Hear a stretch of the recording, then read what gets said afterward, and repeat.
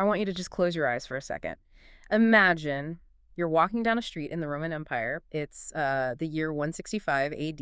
Right at the height of the Pax Romana. Exactly, the Roman peace. So the streets should be bustling, noisy, full of life. But instead, it's quiet, dead quiet. And there's this smell in the air, a kind of sweet, rotting smell. It's the smell of a civilization just unraveling. It is. You keep walking and you hear this rumble of wooden wheels on cobblestones. You think maybe it's a merchant cart, wine or grain. But when it passes you, you realize it's piled high with human bodies. It's a scene straight out of a nightmare. But for millions of people in the 2nd and 3rd centuries, this was just Tuesday. We are talking about the Antonine Plague, a catastrophe that killed up to 1/3 of the population. But here's the hook, the thing that just stopped me cold when I was reading through the research. The most famous doctor in history is there, Galen. The father of medicine, yeah. The guy whose textbooks were the gold standard for over 1,000 years. He is in Rome when this whole thing starts. He sees the symptoms, he sees the body count rising. People are looking to him for answers. So what does the great Galen do? He runs. He bolts. He packs his bags and flees to his country estate to just ride it out in safety. Which, we should probably clarify, was the sensible thing to do. That was the rational response. Rational, sure. But heroic, not so much. And this gets us to the central mystery we're unpacking today. Because while the elite, the doctors like Galen, the pagan priests, while they were fleeing the cities, there was this one group. This marginalized, persecuted religious sect. That did the exact opposite. They ran toward the sickness. And that counterintuitive decision, it didn't just save lives. As we dig into the sources today, specifically the work of sociologist Rodney and historian William McNeill, it looks like that single choice might have been the catalyst that toppled the entire pagan social order. It sounds like an exaggeration, doesn't it? But the argument here is that basic nursing care became like a revolutionary weapon. Oh, it's not an exaggeration. We're looking at a case study of how a response to a medical crisis fundamentally engineered the rise of a world religion. This isn't just medical history. It's a sociological explosion. So that's our mission today. We are going to dig into the Antonine and Cyprian plagues to understand how, of all things, a cup of water and a bowl of broth might have changed Western civilization. It's a fascinating story, but to really get the solution, you have to understand the problem, the context of the catastrophe. Right, because I don't think we can appreciate what they did unless we get just how horrific it was. We're dealing with a 1-2 punch here, right? Two massive pandemics. Correct. First, you had the Antonine Plague in 165 AD. This was brought back by troops returning from the East. And most modern epidemiologists like McNeill agree this was likely smallpox. And smallpox hitting a population that has never seen it before, I mean, that's just a slaughter. It's a virgin soil epidemic. It decimated the Roman army, which caused huge manpower shortages, destabilized the borders. We're talking mortality rates somewhere between 25 and 33% of the entire empire. Can we just pause on that? 1 in 3 people. Imagine your neighborhood. Now imagine every 3rd person is gone within a few weeks. It's a total breakdown of society. The economy halts, administration crumbles. But then, just as they're trying to recover, you fast forward less than 100 years to the 250s AD. And you get the plague of Cyprian. And this one sounds even worse. At its height, sources say 5,000 people were dying per day in Rome alone. 5,000 a day. I can't even process the logistics of that. How do you bury that many people? You don't. That's the thing. They were running out of wood for pyres. And the symptoms described by Bishop Cyprian, who it's named after, are terrifying.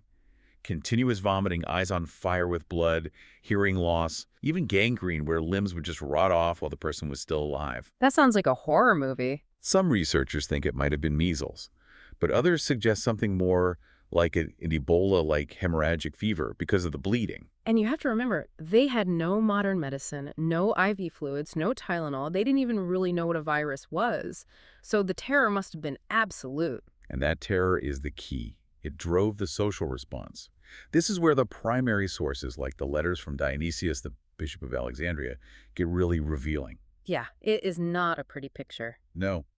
Dionysius writes that at the first onset of the disease, people just pushed the sufferers away and fled from their dearest. He says they would throw the half-dead into the roads and treat unburied corpses like vile refuse. Throw the half-dead into the roads. That line stuck with me. We're not talking about strangers avoiding strangers. We're talking about parents abandoning children. Total disintegration. Yeah. But we have to be careful not to just judge them as bad people. You have to understand the logic of abandonment. The historian E.A. Judge points out that in the classical worldview, mercy, well, it wasn't necessarily a virtue. How could mercy not be a virtue? That's so hard to wrap my head around. It was often seen as a weakness, a defect of character. The Roman ideal was strength, stoicism. If you let someone else's suffering bring you down, that was a failure of your own emotional control. There was no obligation to care for the unworthy or unconnected. So it's like, my duty is to the state, maybe my healthy family, but not to the dying stranger. Exactly. And self-preservation was the highest logical good. Galen fleeing wasn't seen as cowardice. It was seen as prudence. He was being smart. But that creates a massive problem, doesn't it? If the priests flee and the doctors flee, Then the social contract just collapses. And crucially, it creates a theological crisis.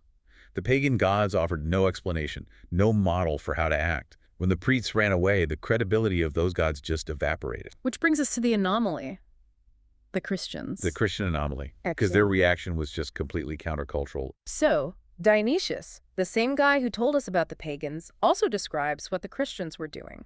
And it's radical. He says they visited the sick without thought for their own peril, ministering to them in Christ, and often dying right there with them. He calls it a heedless disregard for their own safety. And this wasn't just a few random acts of kindness. It became organized. In Alexandria, you had a group form called the Parabolani. The Parabolani. That sounds like some kind of special ops team. In a way, they were. It translates to the reckless ones. They were basically a suicide ambulance corps, recruited to transport and nurse the sick when no one else would touch them. The reckless ones, incredible. But it wasn't just in Alexandria. We have sources from Carthage too, right? With Bishop Cyprian. Yes, and this is a key moment. This is where it goes from Christians are nice to each other to something the world has never seen. Cyprian told his people to take care of everyone. Everyone. Everyone. He told them to care for the pagans, the strangers, and get this, even their persecutors. That's the part. I mean, this is a time when it was illegal to be a Christian. They were being hunted down. And Cyprian says, hey, those guys trying to kill us, when they get sick, go wash their wounds. It's a radical application of theology. You have to ask why. Why would they do that? Well, the sources point to a few things. One is obviously the concept of agape, this universal, unmerited love. Exactly. But there's also the specific view of death. Stark points out that because Christians had such a strong belief in the afterlife, they just didn't fear death the way their pagan neighbors did. They saw the plague not as a random tragedy, but as a schooling and testing. So dying while nursing the sick wasn't a waste? No, it was a form of martyrdom. You die in the Colosseum, that's glory. You die washing the sores of a plague victim, that was also glory. So you have a group that isn't afraid to die and believes they have a divine mandate to love the people who hate them. It's a potent combination. But here's where we need to pivot from theology to, well, to biology. Because you might be asking a very practical question. Did this bravery actually work? Or did it just kill off all the nice Christians faster? Right. Noble or not, if you run towards smallpox, basic germ theory says you get sick and you die. Bravery doesn't stop a virus. You would think. But Rodney Stark, drawing on McNeil's work, argues that's not what happened. This nursing advantage actually led to higher survival rates for Christians. Okay, break that down for me. Nursing implies medicine, but they didn't have any. How does just basic nursing save you from smallpox? It comes down to basic physiology. Death often didn't come from the virus itself. It came from the secondary effects. Dehydration, starvation. Because you're too weak to get up and get water. Exactly. Imagine a raging fever. Yeah. You're delirious. If you're left alone in a locked apartment because your family fled, you die of thirst in 3 days. The virus didn't kill you, the dehydration did. So just having someone there to spoon-feed you broth and give you water changes everything. Drastically. Stark estimates that just providing that basic nursing food, water, keeping the patient clean, could reduce the mortality rate by as much as 2/3. 2/3. That is a massive difference. It is huge. So do the math. If 30% of the abandoned pagans die, but only, say, 10% of the nursed Christians die, you have a massive demographic shift happening over just a few epidemics. The Christians are just surviving at much higher rates, Right. simply because they have a network that brings them soup. And that leads to the next big sociological shift, acquired immunity. Right. If you survive smallpox, you generally don't get it again. Exactly. So picture this. The plague sweeps through. More Christians survive. Now, a second wave comes back 5 years later. The Christians are immune. They can walk among the sick, caring for them, and they don't get sick. To a pagan observer, that must have looked insane. It looked like a miracle. It looked like their God was physically protecting them. It was this tangible, visible validation of their faith, which of course emboldened them to do more, which saved more lives, which created more immunity. It's a positive feedback loop. And we haven't even talked about the networks. This is the part of Stark's theory I found most fascinating, this idea of perfect strangers. Yes, this is crucial. Think about the pagan response. Flight. When you run away and leave your brother to die, you've severed that social bond. Broken trust. Irreparably. The pagan social networks were shattered. But the Christians, they were forging new bonds. Right. Imagine you're a pagan. Your family abandoned you. You're lying in the street, half dead. A Christian stranger, one of these reckless ones, picks you up, takes you in, nurses you back to health. You survive. Who are you going to hang out with after that? You're certainly not going back to the family that left you to rot. You're going to bond with the people who saved you. You've essentially been adopted. Stark uses network theory to explain this. Recruitment to a religion happens through social attachments. The plague destroyed pagan attachments and built Christian ones. So the plague, which should have wiped them out, actually acted as a supercharger for Christian growth. It accelerated it massively. It moved them from the margins to the center of social life. And this isn't just us speculating. We have proof the Romans realized this was happening. This is where Emperor Julian comes in. Yes. Julian the Apostate. Okay, so he's much later, right? 4th century. Right. Christianity has grown huge by now, and Julian is the emperor trying to turn back the clock, bring back the old pagan gods. He hates that Christianity has taken over. So what does he think about all this charity? He's incredibly frustrated by it. He writes this letter to a pagan high priest, basically complaining. He says, these impious Galileans, that's his slur for Christians, support not only their own poor, but ours as well. He's annoyed that they're making the pagans look bad. He is. He says, everyone can see that our people lack aid from us. It's a PR nightmare for the old gods. Julian actually tried to institute pagan charities to compete. Did it work? No, it failed completely. Why? If the emperor orders it. Because there was no underlying doctrine to support it. You can't just mandate charity from the top down if the fundamental worldview is still mercy is a weakness. The Christians had a theology of self-sacrifice. The pagans didn't. Julian couldn't legislate love. That's such a powerful point. You can't just copy the behavior without the software that drives it. Exactly. And that brings us to the legacy. Because this wasn't just a blip in history. This invention of organized care, it changed the world we live in today. We're talking about the invention of the hospital. Yes, the xenodokia. Xenodokia. Break that down for me. It comes from xenos, meaning stranger, and dekomai, meaning to receive.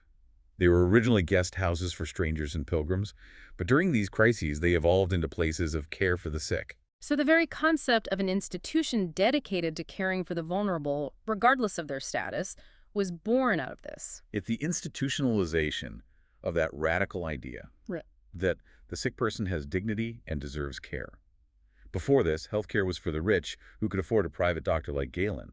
After this, it started to be seen as a public good. It's amazing to think that the modern hospital, the blue H sign on the highway, traces its DNA back to these people who refused to run away in 165 AD. It really suggests that civilization didn't just naturally evolve to be charitable. It took a specific radical shift in values. It took a group deciding that the person in the gutter mattered more than their own safety. So let's just recap this chain of events. A biological catastrophe destroys the social order. Then you get a clash of worldviews. Yeah. Pagan self-preservation versus Christian sacrificial love. The Christians stay. They provide basic nursing food and water. And that simple science saves lives, giving them a huge demographic advantage. The survivors get immunity, which looks like a miracle, and the pagans who are saved by them form deep social bonds with the church. Which results in the massive growth of the religion and the creation of a brand new institution, the hospital, that redefines how society treats its weakest members. It's really a case study in actions speaking louder than words. You can preach all you want, but staying in a plague-ridden city to wash someone's wounds, that sends a message no sermon can match. It does, and it leaves us with a kind of a difficult question. What's that? We live in a world with a ton of institutions now. We have hospitals, the CDC. We've outsourced that care to professionals, and that's a good thing. But if a crisis hit today that stripped all of that away, if the institutions collapsed, and that real terror set in, who would be the ones to stay behind? That's a heavy thought. When the rational choice is to run, do we still have the capacity for that kind of irrational sacrificial care? That's the question the sources leave us with. Something to chew on. That's our deep dive for today. Thanks for listening. Thank you.